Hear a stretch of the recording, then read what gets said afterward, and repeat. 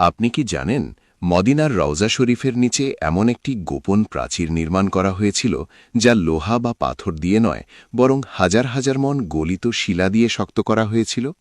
কিন্তু কেন মাটির গভীরে এমন এক অভেদ্য দেয়াল তুলতে হয়েছিল? এর পেছনে লুকিয়ে আছে প্রায় ৮৫০ বছর আগের এক ভয়ঙ্কর রাতের ঘটনা। ইউরোপের কিছু খ্রিস্টান ষড়যন্ত্রকারী পরিকল্পনা করেছিল আমাদের প্রিয় নবী সাল্লাল্লাহু আলাইহি ওয়াসাল্লামের পবিত্র দেহ মোবারক চুরি করে নিয়ে যাওয়ার। তারা প্রায় সফলও হয়ে গিয়েছিল। গোপনে সুড়ঙ্গ খুঁড়ে তারা পৌঁছে গিয়েছিল রওজা মুবারকের দেয়ালের একদম কাছাকাছি। তারপর কি ঘটেছিল, কিভাবে ব্যর্থ হয়েছিল সেই নাপাক ষড়যন্ত্র, আর কিভাবে এক অলৌকিক স্বপ্নের মাধ্যমে রক্ষা পেয়েছিল বিশ্বনবীর পবিত্র দেহ, এই ঘটনা না জানলে ইসলামের ইতিহাসের একটি গুরুত্বপূর্ণ অধ্যায় অজানাই থেকে যাবে। চলুন ফিরে যাই সেই নিস্তব্ধ রাতে। চারদিকে গভীর নীরবতা। মসজিদে নববী এ সবুজ গম্বুজের নিচে বিরাজ করছে অপার শান্তি। মানুষ নিশ্চিন্তে ঘুমিয়ে আছে। কেউ জানে না তাদের পায়ের নিচের মাটিতে কি ভয়ঙ্কর চক্রান্ত চলছিল। মসজিদের অদূরে একটি ছোট ভাড়া বাড়িতে বাস করছিল দুই ব্যক্তি। তারা নিজেদের পরিচয় দিত মরক্কো বা মাগরিবি হাজি হিসেবে। বাহ্যিকভাবে তারা ছিল অত্যন্ত নেককার, লম্বা দাড়ি, হাতে তসবি, মুখে সর্বদা আল্লাহর জিকির। 5 ওয়াক্ত নামাজ জামাতে আদায় করত, রোজা রাখত, গরিবদের দান খয়রাত করত। মদিনার মানুষ তাদের দেখে বলত, আহ, কি আল্লাহওয়ালা মানুষ, কত দূর থেকে নবীর প্রেমে এসে বসবাস করছে। কিন্তু রাতের অন্ধকারে তাদের আসল চেহারা প্রকাশ পেত। সবাই যখন গভীর ঘুমে, তখন তারা ঘরের দরজা জানালা বন্ধ করে দিত। মেঝেতে বিছানো দামি চাটাই সরিয়ে ফেললে নিচে দেখা যেত তাদের গোপন রহস্য, একটি সুড়ঙ্গ। প্রতি রাতে তারা কোদাল শাবল হাতে সেই সুড়ঙ্গে নেমে পড়ত। তাদের লক্ষ্য ছিল না কোনো স্বর্ণ, রৌপ্য বা গুপ্তধন। তাদের লক্ষ্য ছিল মানবজাতির সবচেয়ে সম্মানিত আমানত, রাসূলুল্লাহ সাল্লাল্লাহু আলাইহি ওয়াসাল্লামের পবিত্র দেহ, নাউজুবিল্লাহ। তাদের পরিকল্পনা ছিল ইউরোপের খ্রিস্টান শাসকদের সন্তুষ্ট করতে নবীজির পবিত্র দেহ চুরি করে ইউরোপে নিয়ে যাওয়া। তারা জানত মুসলমানদের কাছে তাদের নবীর চেয়ে বড় কিছু নেই। যদি তারা সফল হয় তবে মুসলমানদের মনোবল ভেঙে পড়বে, আর সেই সুযোগে শত্রু বাহিনী মুসলিম বিশ্বে আঘাত হানবে। কিন্তু প্রশ্ন ছিল, রাতের পর রাত তারা যে মাটি খুঁড়ছিল, সেই মাটি সরাত কোথায়? যদি ঘরের সামনে মাটি জমে থাকত তবে তো মানুষের সন্দেহ হতো। তারা এক শয়তানি কৌশল বের করল। বড় বড় চামড়ার থলি বানিয়ে সারা রাত সুড়ঙ্গ খুঁড়ি সেই মাটি থলিতে ভরত। রাতের শেষ প্রহরে ফজরের আজানের ঠিক আগে তারা মাটি ভর্তি থলি কাঁধে নিয়ে মদিনার বাইরে নির্জন স্থানে গিয়ে ফেলে আসত। দিনের বেলায় আবার নেককার সাজার অভিনয় শুরু করত। এভাবে দিনের পর দিন, রাতের পর রাত কেটে গেল। তাদের নাপাক সুড়ঙ্গ ধীরে ধীরে রওজা শরীফের দিকে তেগিয়ে যেতে লাগল। হিসাব করে তারা দেখল তাদের বাসা থেকে রওজা মোবারকের দূরত্ব আর মাত্র কয়েক গজ। হয়তো আর 1 সপ্তাহ কিংবা তারও কম সময়ের মধ্যে তারা পৌঁছে যাবে সেই পবিত্র দেয়ালের কাছে। তারা আনন্দে আত্মহারা হয়ে উঠল। পরিকল্পনা চূড়ান্ত করে ফেলল, কিভাবে পবিত্র দেহ বের করবে, কিভাবে মদিনার বাইরে নিয়ে যাবে এবং কিভাবে জাহাজে করে পালিয়ে যাবে। সবকিছু যেন তাদের পরিকল্পনা মাফিক এগোচ্ছিল। কিন্তু তারা একটি কথা ভুলে গিয়েছিল, যিনি জীবিত অবস্থার আল্লাহর সবচেয়ে প্রিয় ছিলেন, ইন্তেকালের পরেও তিনি আল্লাহর কাছেই সর্বাধিক প্রিয়। আল্লাহ নিজেই তার হাবিবকে রক্ষা করার দায়িত্ব নিয়েছেন, আর আল্লাহ যখন কাউকে রক্ষা করেন তখন পৃথিবীর কোনো শক্তি তার ক্ষতি করতে পারে না। মদিনা থেকে বহু দূরে সিরিয়ার রাজধানী দামেস্ক নগরীতে রাজত্ব করতেন মুসলিম বিশ্বের অন্যতম শক্তিশালী ও পরহেজগার শাসক সুলতান নুরউদ্দিন জঙ্গি রাহিমাহুল্লাহ। তিনি ছিলেন ক্রুসেডারদের আতঙ্ক। কিন্তু সেই রাতে রাজপ্রাসাদে তার ঘুম আসছিল না। রাতের প্রথম প্রহরে তিনি ঘুমিয়ে পড়েছিলেন। হঠাৎ এক ভয়ঙ্কর স্বপ্ন দেখে চমকে জেগে উঠলেন। তার সারা শরীর ঘামে ভিজে গেছে, বুকঢক ধক পড়ছে, চোখ দিয়ে অঝরে অশ্রু ঝরছে। স্বপ্নে তিনি দেখলেন স্বয়ং রাসূলুল্লাহ সাল্লাল্লাহু আলাইহি ওয়াসাল্লাম তার সামনে দাঁড়িয়ে আছেন। কিন্তু প্রিয় নবীর চেহারা মোবারক বিষণ্ণ, গভীর উদ্বেগের ছাপ স্পষ্ট। তিনি সুলতানের দিকে তাকিয়ে আঙুল দিয়ে 2 ব্যক্তিকে দেখাচ্ছেন। তাদের চেহারা লালচে সোনালি, চোখ নীল।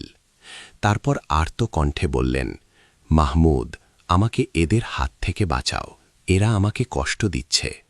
সুলতান চিৎকার করে উঠে বসলেন, তার কানে বারবার বাজছে সেই আহ্বান, আমাকে বাঁচাও। তিনি বিস্মিত হয়ে ভাবলেন, নবীজি তো ইন্তেকাল করেছেন, তাকে আবার কিভাবে কষ্ট দেওয়া সম্ভব। তিনি অজু করে নামাজে দাঁড়ালেন, আল্লাহর কাছে কান্নাকাটি করলেন, কিছুটা শান্ত হয়ে আবার শুয়ে পড়লেন। কিন্তু কিছুক্ষণ পর আবার একই স্বপ্ন, হুবহু একই দৃশ্য। আবার নবীজি সাল্লাল্লাহু আলাইহি ওয়াসাল্লাম, আবার সেই দুই লালচে মুখ ও নীল চোখের ব্যক্তি, আবার সেই আহ্বান, মাহমুদ, আমাকে বাঁচাও। তিনি আবার জেগে উঠলেন, ভয় আরও বেড়ে গেল। আবার নামাজ পড়লেন, দোয়া করলেন। তবু তৃতীয়বার যখন চোখ বন্ধ করলেন, আবারও একই স্বপ্ন দেখলেন। এক রাতেই 3 বার, প্রতিবারই নবীজির সেই ব্যাকুল আহ্বান। এবার তিনি আর বিছানায় থাকতে পারলেন না, চিৎকার করে বললেন, নবীজি বিপদে আর আমি এখানে আরামে ঘুমাবো, আমার পক্ষে তা সম্ভব নয়। রাতের শেষ প্রহরে ফজরের আজানের আগে তিনি তার প্রধান উজির ও বিশ্বস্ত বন্ধু জামালউদ্দিন মাওসিলিকে ডেকে পাঠালেন। জ্ঞানী ও বিচক্ষণ সেই উজির সুলতানের অবস্থা দেখে বিস্মিত হলেন, চোখ লাল, মুখ ফ্যাকাশে। সুলতান কাঁদতে কাঁদতে পুরো স্বপ্নের কথা খুলে বললেন। তিনি বললেন, এক রাতেই 3 বার নবীজি সাল্লাল্লাহু আলাইহি ওয়াসাল্লাম আমাকে ডেকেছেন, ওই দুই নীল চোখের লোকের হাত থেকে তাকে বাঁচাতে বলেছেন। এখন আমি কি করব? উজির গভীর চিন্তায় মগ্ন হলেন। কিছুক্ষণ নীরব থাকার পর গম্ভীর কণ্ঠে বললেন, ইয়া সুলতান, এটি কোনো সাধারণ স্বপ্ন নয়, এটি আল্লাহর পক্ষ থেকে এক বিশেষ বার্তা। নিশ্চয়ই মদিনা মুনাওয়ারাতে কোনো ভয়ঙ্কর বিপদ এসেছে, আর আল্লাহ আপনাকে তার হাবিবকে রক্ষা করার জন্য বেছে নিয়েছেন। আপনি এক মুহূর্তও দেরি করবেন না, এখনই মদিনার পথে রওনা দিন। সুলতান বললেন, কিন্তু আমি সেই দুই ব্যক্তিকে কিভাবে চিনব? মদিনায় তো হাজার হাজার মানুষ। উজির উত্তর দিলেন, সেটা মদিনায় গিয়েই দেখা যাবে, আগে আমাদের সেখানে পৌঁছাতে হবে। আর এই সফরের কথা যেন কেউ না জানে, এটি হবে সম্পূর্ণ গোপন অভিযান। শত্রুরা যদি টের পায় তবে তারা পালিয়ে যাবে কিংবা সতর্ক হয়ে যাবে। সুলতান নুরুদ্দিন জঙ্গি সঙ্গে সঙ্গেই সিদ্ধান্ত নিলেন। তিনি 20 জন বাছাই করা শক্তিশালী অশ্বারোহী সৈনিক এবং তার উজিরকে সঙ্গে নিলেন। সঙ্গে নেওয়া হলো প্রচুর স্বর্ণমুদ্রা ও মূল্যবান উপহার। কিন্তু তিনি কোথাও ঘোষণা দিলেন না যে তিনি কোনো বিপদের উদ্দেশ্যে যাচ্ছেন। নিঃশব্দে যাত্রা শুরু হল। দামেস্ক থেকে মদিনার পথ ছিল দীর্ঘ ও কষ্টকর। সাধারণ কাফেলার সেই পথ অতিক্রম করতে প্রায় 1 মাস বা তারও বেশি সময় লাগত। কিন্তু সুলতানের হৃদয় ছিল ঝড়ের মতো অস্থির। তিনি ঘোড়ার পিঠ থেকে প্রায় নামলেনই না। খাওয়া দাওয়া, বিশ্রাম সবকিছু যেন ভুলে গেলেন। উন্মাদের মতো ঘোড়া ছোটাতে লাগলেন। তার কানে বারবার বাজছিল সেই আহ্বান, মাহমুদ, আমাকে বাঁচাও। ইতিহাস সাক্ষী, সেই দীর্ঘ পথ তিনি মাত্র 16 দিনে অতিক্রম করে মদিনায় পৌঁছে গেলেন।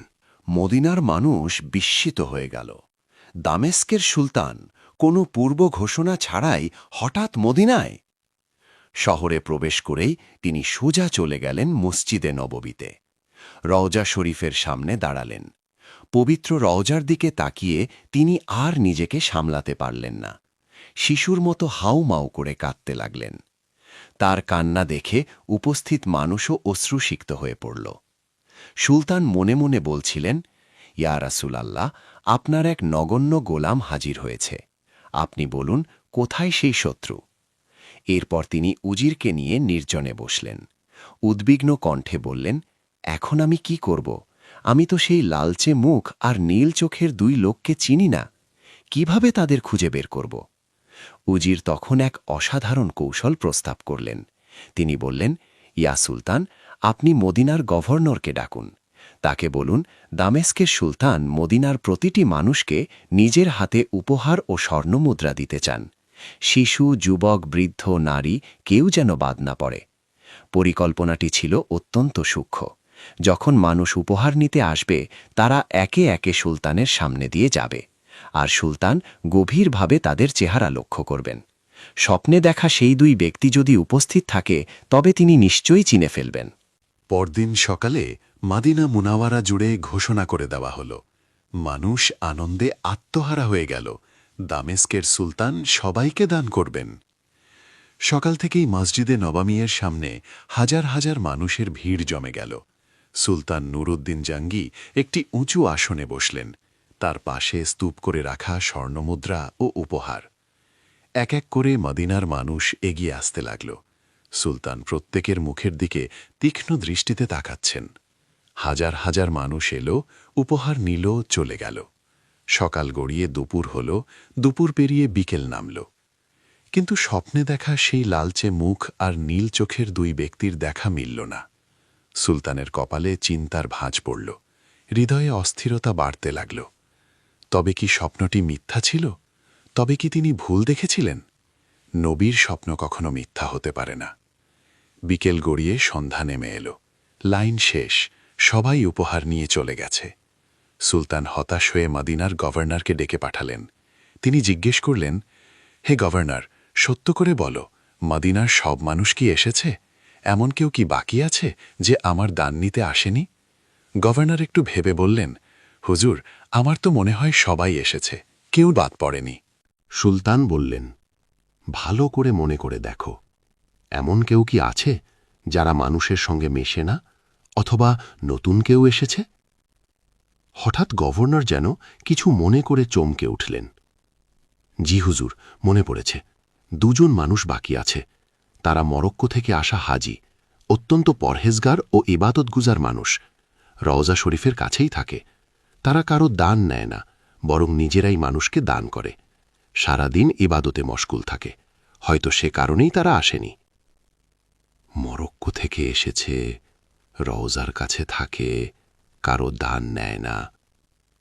এই কথাগুলো শোনা মাত্রই সুলতান নুরুদ্দিন জঙ্গির বুক থক করে উঠল। তার অন্তর যেন বলে উঠল, এরাই তারা। তিনি বজ্রকণ্ঠে বললেন, তাদের এখনই আমার সামনে হাজির করো, আমি তাদের দেখতে চাই। গভর্নর দ্বিধায় বললেন, হুজুর, তারা তো আসবে না, তারা খুব সাধু প্রকৃতির মানুষ। সুলতান দৃঢ় কণ্ঠে বললেন, তাহলে আমি নিজেই যাব, চলো, আমাকে তাদের বাড়ি দেখাও। সুলতান, উজির ও সৈন্যরা দ্রুত পায়ে রওনা দিলেন। বাড়িটি ছিল একদম মসজিদে নববীর দেয়াল ঘেঁষে। বাড়ির দরজায় পৌঁছে সুলতানের হৃৎস্পন্দন বেড়ে গেল। তিনি কি সত্যি সঠিক জায়গায় এসেছেন? ঘরে প্রবেশ করে তিনি দেখলেন দুই ব্যক্তি বসে আছে, হাতে তসবি, সামনে খোলা কোরআন শরীফ। দেখলে মনে হয় ফেরেশতার মতো নিষ্পাপ মানুষ। কিন্তু সুলতান যখন তাদের মুখের দিকে তাকালেন, তখন তার শরীর শিউরে উঠল। হ্যাঁ, এই সেই লালচে গায়ের রং, সেই নীল চোখ। স্বপ্নে নবীজি যাদের দেখিয়েছিলেন, এরাই তারা। সুলতানের চোখের অশ্রু শুকিয়ে গেল। তার জায়গায় জ্বলে উঠল ক্রোধের আগুন। তিনি বজ্র নিনাদে প্রশ্ন করলেন, তোমরা কারা? সত্যি করে বলো, তোমরা মদিনায় কেন এসেছ? দুজন খুব শান্ত কণ্ঠে বলল, হুজুর, আমরা তো সাধারণ মুসাফির, হজ করতে এসেছিলাম। নবীজির প্রেমে পড়ে মদিনায় থেকে গেছি। আমরা ইবাদত ছাড়া আর কিছুই করি না। সুলতান কঠোর স্বরে বললেন, মিথ্যা কথা, সত্য বলবে নাকি আমার জল্লাদকে ডাকব? তবুও তারা একই কথা বলতে লাগল, কসম খেতে লাগল। সুলতান কিছুক্ষণের জন্য দ্বিধায় পড়ে গেলেন। বাহ্যিকভাবে তো কোনো প্রমাণ নেই। হঠাৎ তার দৃষ্টি ঘরের মেঝের দিকে পড়ল। সেখানে একটি দামি কার্পেট বিছানো। তার মনে সন্দেহ জাগল। তিনি সৈন্যদের নির্দেশ দিলেন, ওটা সরাও। কার্পেট সরাতেই দেখা গেল নিচে সাধারণ মাটির মেঝে নয়, বরং একটি বড় কাঠের পাটাতন। সুলতান ইশারা করলেন। সৈন্যরা পাটাতনটি জোরে তুলে ফেলল, আর মুহূর্তের মধ্যে সবার চোখ কপালে উঠল। পাটাতনের নিচে হা করে আছে এক গভীর অন্ধকার গর্ত। এটি সাধারণ কোনো গর্ত নয়, এটি একটি সুড়ঙ্গ, যার মুখ এই ঘরের ভেতরে, কিন্তু শেষ কোথায় কেউ জানে না। সুলতান নুরুদ্দিন জঙ্গি গর্তের কিনারায় দাঁড়ালেন। হাতে মশাল নিয়ে ভেতরে তাকালেন।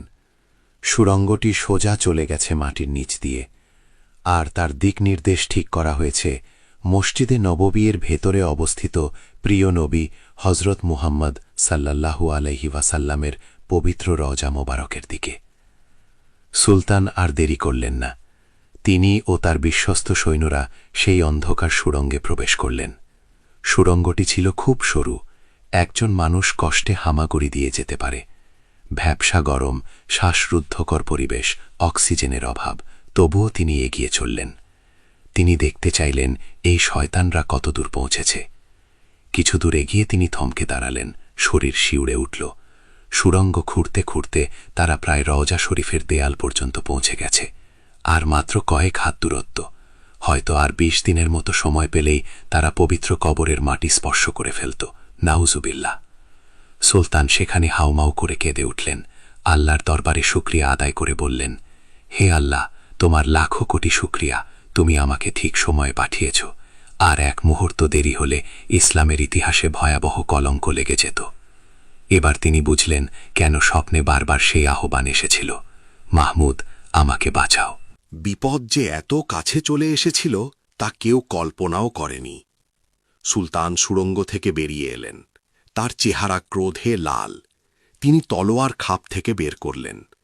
সেই ২ ছদ্মবেশী দরবেশ, যারা এতক্ষণ সাধু সেজেছিল, এখন ভয়ে কাঁপছে, মুখ ছাইয়ের মতো ফ্যাকাশে। সুলতান তলোয়ার তাদের গলার কাছে ধরে বজ্রকণ্ঠে বললেন, এখন সত্য বল, তোরা কারা? কে তোদের এই জঘন্য কাজের হুকুম দিয়েছে? এক বর্ণও মিথ্যে বললে এখনই তোদের গর্দান উড়িয়ে দেব। মৃত্যু ভয় মানুষকে সত্য বলতে বাধ্য করে। কাঁপতে কাঁপতে তারা স্বীকার করল, হুজুর, আমাদের মাফ করুন, আমরা মুসলমান নই, আমরা স্পেনের খ্রিস্টান। ইউরোপের শাসকদের পক্ষ থেকে আমাদের পাঠানো হয়েছে। বিপুল ধন সম্পদের লোভ দেখানো হয়েছিল। আমাদের একটাই মিশন ছিল, যে কোনো মূল্যে আরবের নবী মোহাম্মদ সাল্লাল্লাহু আলাইহি ওয়াসাল্লামের দেহ চুরি করে ইউরোপে নিয়ে যাওয়া। তাদের বিশ্বাস, যদি তারা নবীর পবিত্র দেহ দখলে নিতে পারে তবে মুসলমানরা মানসিকভাবে ভেঙে পড়বে। তখন তারা সহজেই জেরুজালেম সহ সমগ্র মুসলিম বিশ্ব দখল করতে পারবে। সুলতান কঠোর দৃষ্টিতে জিজ্ঞেস করলেন, তোমরা যে মাটি খুঁড়েছিলে সেগুলো কোথায় ফেলতে? কেউ টের পেল না কেন? তারা কাঁপতে কাঁপতে বলল, আমরা দিনের বেলা ইবাদতের ভান করতাম আর রাতের অন্ধকারে সুড়ঙ্গ খুঁড়তাম। খোঁড়া মাটি চামড়ার ব্যাগে ভরতাম। ফজরের আজানের সময় যখন চারদিক অন্ধকার থাকত, তখন মদিনার বাইরে গিয়ে সেগুলো ফেলে আসতাম। আমরা মানুষের সঙ্গে এমনভাবে মিশে গিয়েছিলাম যাতে কেউ সন্দেহ না করে। এই স্বীকারোক্তি শোনার পর সুলতান নুরুদ্দিন জাঙ্গি ঘৃণাভরে তাদের দিকে তাকালেন। তিনি বললেন, তোদের মতো বিশ্বাসঘাতকদের পৃথিবীতে বেঁচে থাকার কোনো অধিকার নেই। সঙ্গে সঙ্গেই তিনি তাদের মৃত্যুদণ্ডের আদেশ দিলেন। মসজিদে নববীর অদূরে হাজারো মানুষের সামনে সেই ২ ষড়যন্ত্রকারীর শাস্তি কার্যকর করা হল। ইসলামের ইতিহাস থেকে এক বড় বিপদ দূর হল। কিন্তু এখানেই কি সব শেষ? সুলতানের মন শান্ত হল না। তিনি ভাবলেন, আজ এরা চেষ্টা করেছে, কাল হয়তো অন্য কেউ করবে। মাটির নিচ দিয়ে তো আবারও কেউ আসতে পারে। নবীজির পবিত্র রওজা এভাবে অরক্ষিত থাকতে পারে না। সেই রাতেই তিনি এক ঐতিহাসিক সিদ্ধান্ত নিলেন। মদিনার প্রধান স্থপতি, প্রকৌশলী ও শ্রমিকদের ডেকে পাঠালেন। দৃঢ় কণ্ঠে বললেন, আমি মদিনা ত্যাগ করব না, যতক্ষণ না আমার নবীর জন্য এমন এক সুরক্ষা ব্যবস্থা তৈরি করি যা কিয়ামত পর্যন্ত কেউ ভেদ করতে পারবে না। তার নির্দেশে রওজা শরীফের চারপাশে গভীর পরিখা খোঁড়া শুরু হল। ১ হাত ২ হাত নয়, মাটি খুঁড়তে খুঁড়তে তারা পানির স্তর পর্যন্ত পৌঁছে গেল। এরপর সুলতান নতুন নির্দেশ দিলেন, প্রচুর পরিমাণে সীসা ও তামা গলানো হোক। বিশাল চুল্লিতে ধাতু গলিয়ে তরল করা হল। তারপর সেই উত্তপ্ত গলিত ধাতু গভীর পরিখার ভেতর ঢেলে দেওয়া হল। ভাবুন সেই দৃশ্য। রওজা শরীফের চারপাশ ঘিরে মাটির গভীরে তৈরি হল এক নিরেট ধাতব প্রাচীর। ধাতু ঠান্ডা হয়ে এমন শক্ত হল যেন ইস্পাতের চেয়েও কঠিন। এখন যদি কেউ মাটি খুঁড়ে এগোতে চায় তবে তাকে সেই ধাতব দেয়াল ভেদ করতে হবে, যা কার্যত অসম্ভব। সুলতান নিজে দাঁড়িয়ে থেকে পুরো কাজ তদারকি করলেন। তিনি কেবল শাসক হিসেবে নয়, একজন নিবেদিত প্রাণ খাদেমের মতো কাজ করলেন। তার চোখের পানি আর ঘাম একাকার হয়ে গেল। তিনি বারবার বলছিলেন, ইয়া রাসূলাল্লাহ, আমি মাহমুদ আপনার জন্য এতটুকুই করতে পারলাম। সীসার প্রাচীর নির্মাণ শেষ হল। সুলতান নিশ্চিত হলেন, মাটির নিচ দিয়ে আর কোনো দিন কেউ নবীজির পবিত্র রওজার ধারে কাছেও পৌঁছাতে পারবে না। তিনি যেন হৃদয়ে বললেন, ইয়া রাসূলাল্লাহ, আপনি শান্তিতে বিশ্রাম নিন। এই সেই ঐতিহাসিক প্রাচীর যা আজও মদিনা মুনাওয়ারার মাটির নিচে রওজা শরীফকে সুরক্ষিত করে রেখেছে। কাজ শেষ হওয়ার পর সুলতান নুরুদ্দিন জঙ্গি মদিনাবাসীকে সতর্ক করে বললেন, নবীজির আমানত এখন তোমাদের কাছে, সতর্ক থাকবে, অপরিচিত কাউকে দেখলেই খেয়াল করবে, নবীর শত্রুরা কখনো বসে থাকে না। ইতিহাস সাক্ষ্য দেয়, যুগে যুগে পবিত্র দেহ মোবারক নিয়ে ষড়যন্ত্র হয়েছে, কিন্তু প্রতিবারই আল্লাহর কুদরতে তা ব্যর্থ হয়েছে। ঘটনাটির আগেও একবার চেষ্টা হয়েছিল। মিশরের বিতর্কিত শাসক আল হাকিম বি আমরিল্লা নাকি এ ধরনের অপচেষ্টা করেছিল। প্রথমবার সে সৈন্য পাঠায়, কিন্তু তারা মদিনার কাছাকাছি পৌঁছালে আকাশ কালো করে ভয়ঙ্কর ঝড় শুরু হয়। তীব্র ঘূর্ণিঝড়ে তাদের বাহিনী ছত্রভঙ্গ হয়ে যায়, অনেকে নিহত হয়। যেন আল্লাহ বাতাস দিয়েই তার নবীর শহরকে রক্ষা করেন। দ্বিতীয়বার কিছু লোক গোপনে এসে রওজার কাছে বসবাস শুরু করে, কিন্তু মদিনার মানুষ তাদের আচরণে সন্দেহ করে এবং ষড়যন্ত্র উদ্ঘাটন করে দেয়। প্রতিবারই আল্লাহ প্রমাণ করেছেন তার প্রতিশ্রুতি, আল্লাহ আপনাকে মানুষ থেকে রক্ষা করবেন। সুলতান নুরুদ্দিন জঙ্গি তার দায়িত্ব সম্পন্ন করলেন। মদিনার নিরাপত্তা আরও জোরদার করে বিদায়ের প্রস্তুতি নিলেন। বিদায়ের দিন তিনি শেষবারের মতো মসজিদে নববীর ভেতরে রওজা শরীফের সামনে দাঁড়ালেন। তার চোখ বেয়ে অশ্রু গড়িয়ে পড়ছিল। রওজার জাল ধরে শিশুর মতো কাঁদতে কাঁদতে ফিসফিস করে বললেন, ইয়া রসুল আল্লাহ, এই অধম মাহমুদ আপনার জন্য এতটুকুই করতে পারল। আপনি সাক্ষী থাকুন, আমি আমার জান ও মাল দিয়ে আপনার ইজ্জত রক্ষার চেষ্টা করেছি। কেয়ামতের দিন আমাকে ভুলে যাবেন না। মদিনার মানুষ অশ্রুসিক্ত চোখে তাকে বিদায় জানাল। যে বাদশাহ তাদের এমন এক মহাবিপদ থেকে রক্ষা করেছেন, তাকে বিদায় দেওয়া সহজ ছিল না। তিনি মদিনার পবিত্র মাটি সঙ্গে নিয়ে দামেস্কে ফিরে গেলেন। ওসিয়ত করে গেলেন, তার ইন্তেকালের পর যেন সেই মাটির কিছু অংশ তার কবরের নিচে রাখা হয়। ফিরে গিয়ে তিনি আরও বেশি ইবাদত বন্দেগিতে মন দিলেন। সব সময় ভাবতেন, আল্লাহ তাকে কি বিরাট সম্মান দিয়েছেন। 1174 খ্রিস্টাব্দে এই মহান মুজাহিদ ইন্তেকাল করেন, কিন্তু তার নির্মিত সেই সীসার প্রাচীর আজও মদিনার মাটির নিচে অদৃশ্য প্রহরীর মতো দাঁড়িয়ে আছে। 850 বছরেরও বেশি সময় পার হয়ে গেছে, কেউ আর সেই সীমানা অতিক্রম করতে পারেনি। আল্লাহ আমাদের সবাইকে সুলতান নুরুদ্দিন জাঙ্গির মতো নবীর সত্যিকারের প্রেমিক হিসেবে কবুল করুন, আমাদের ঈমান ও আমল হেফাজত করুন। আমিন ইয়া রাব্বুল আলামিন।